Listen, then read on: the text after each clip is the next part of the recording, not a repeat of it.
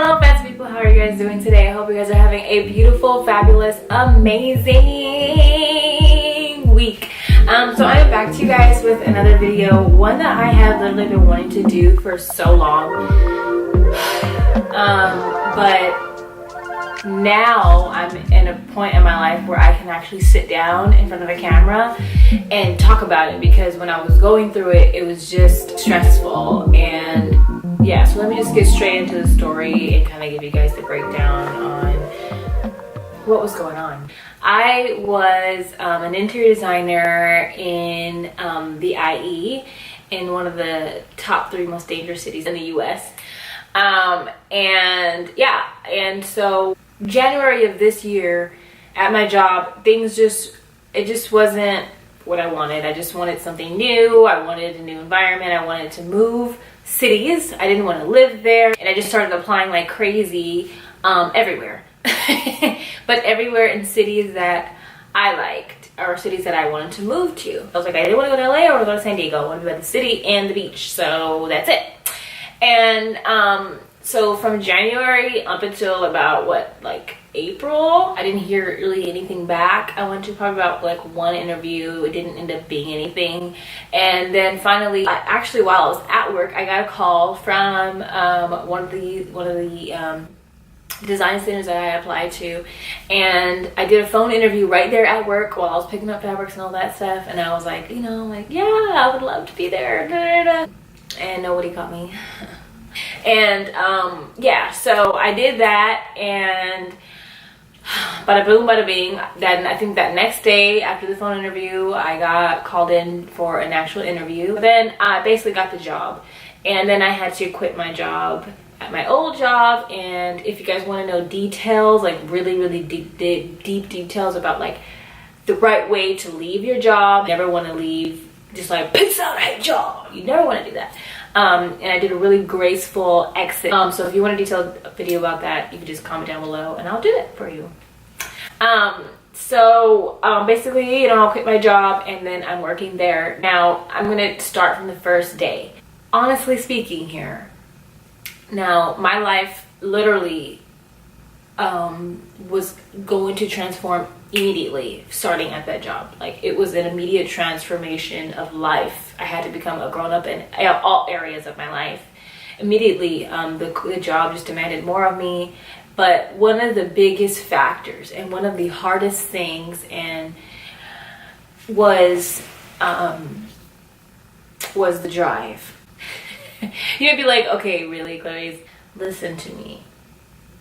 Listen to me. It's going to get really serious really quickly, and I want you to pay attention. So I'm driving from the IE to LA, right? So if you mix a little bit of Ontario traffic with LA traffic, you have a disaster. So every day waking up was a challenge for me, because I was coming from a place where when I worked in the IE, I lived about maybe 7 miles away from my job, and I didn't have to be there till about 10 every day. So I would wake up at 9:15 and get dressed real quick and then go to work. And I don't want to say like being on time is a problem for me, but waking up early and having to be somewhere at a specific time is just challenging. Yeah, so I had to go from that to having to be in LA at 9 a.m. every day. Okay, so here's the breakdown. I had to drive from my apartment. My apartment was like in the IE. It was about approximately 75 miles away from my job. And you may be thinking, well, why didn't you just move? Okay, I started working in my new job in May 15th, but my lease in my apartment wasn't up until July 15th was when I was supposed to move. So May, June, and then July 15th. So no matter what, I had to do that drive for 2 months. So I'm going to talk a little bit about what that drive was like doing it there, and then what happened when my lease was up.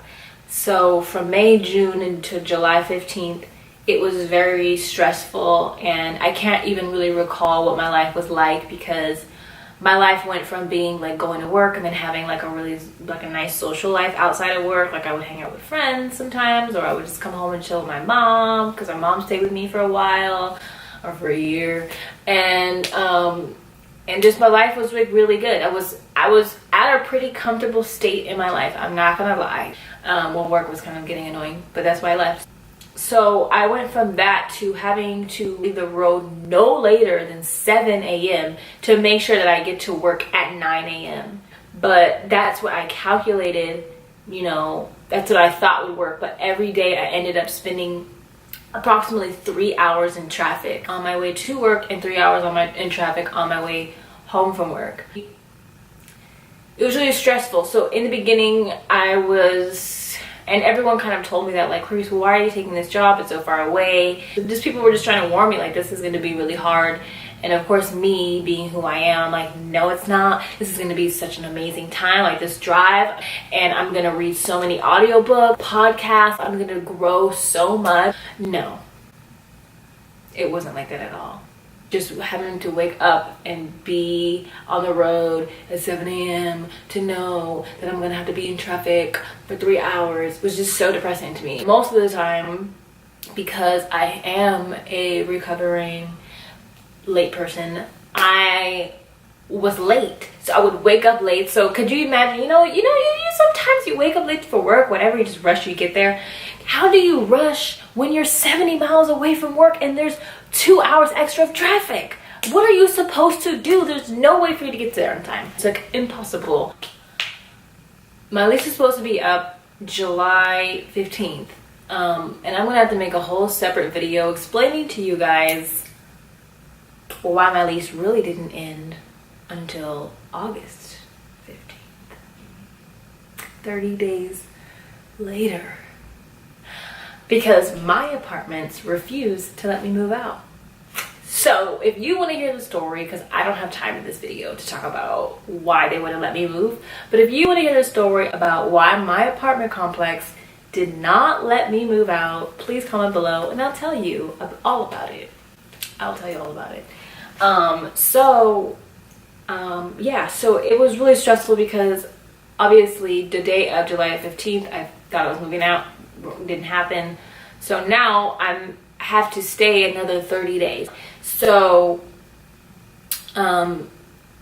apartment shopping got a little crazy because not only was my time frame stretched, but I don't know if any of you guys have tried it, but trying to find an apartment in Long Beach or in LA or anywhere near LA is impossible. It's like, it's not normal. Like, nobody apparently has a leasing office anymore. Apparently everyone in the world became apartment owners, but none of them are there at the apartment complex. So it's like trying to get in touch with them is impossible. You go to an apartment complex, it's beautiful, but you can't go inside because no one's answering the phone. It was like, it just wasn't meant to be or something. I don't know, like God was just redirecting me the whole time. And you'll find out later why it all came full circle, but it was just like really crazy because everything wasn't working out. People were hanging up on me. I was like, oh, I want to see the apartment. And they're like, oh, and they'll hang up. Like, when have you ever heard of that? You offering your money to somebody and them telling you no. When my lease was approaching, I was even more stressed out because I didn't find anything. I found nothing. There was nothing. There was 2 contenders, but they were just really sketch, and I didn't know if I trusted it because it was like in a really sketch area. It was cute inside, but it was just so sketchy. So now here comes the part that you guys have all waited for. You're like, okay, you've been living in an apartment this whole freaking time.